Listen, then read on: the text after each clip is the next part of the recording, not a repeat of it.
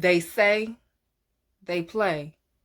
You know that one relationship you never want to talk about, but everyone knows about, never let you forget about?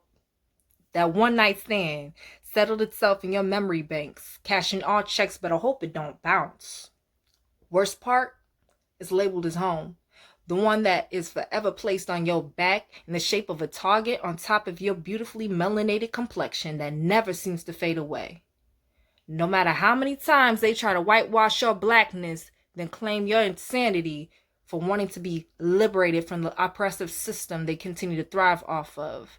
But love to say they do it for the culture.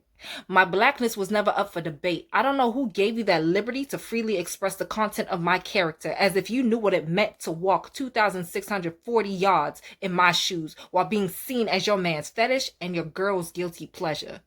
I can't help that my black girl magic has no boundaries on how far it reaches to the masses. To remind them that my ancestry did not silently accept assimilation, displacement, relocation to where opportunity was supposed to be. But we all know how those white lies seem to be innocent at first, until you see another black body becoming casket pretty, as No Name would say. These black bodies that young boys would claim to earn their manhood. These black bodies that don't seem to be comfortable in their own skin because being black means second-class citizenship, and no one would ever want to be seen as foreign.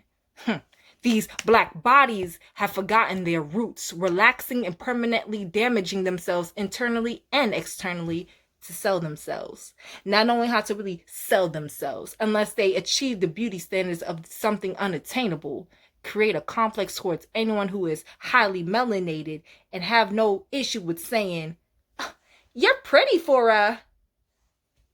Don't you ever show apprehension to what is going on unless you want to be labeled as the ABW, or commonly known as angry black woman.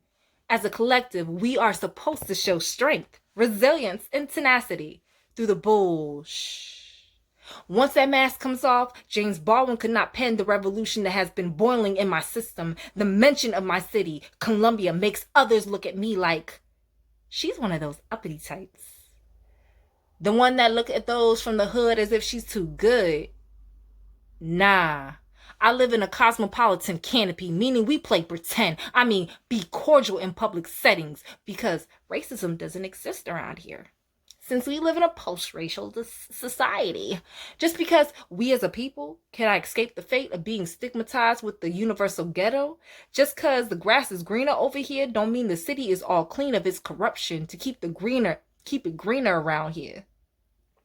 They keep people who look like me in their place, training us to think it's cool to be ignorant, because being intelligent isn't something that was afforded to us. When we try so hard to fit in, try being natural. Just try it. Before you had so many forms of representations, before it was a trend on how this transformation can look beyond those who consider to have good hair, and people who just look like you asking you on a daily basis, "Sis, what are you doing with your hair?" And white women touching my afro halo as if my hair was not mine.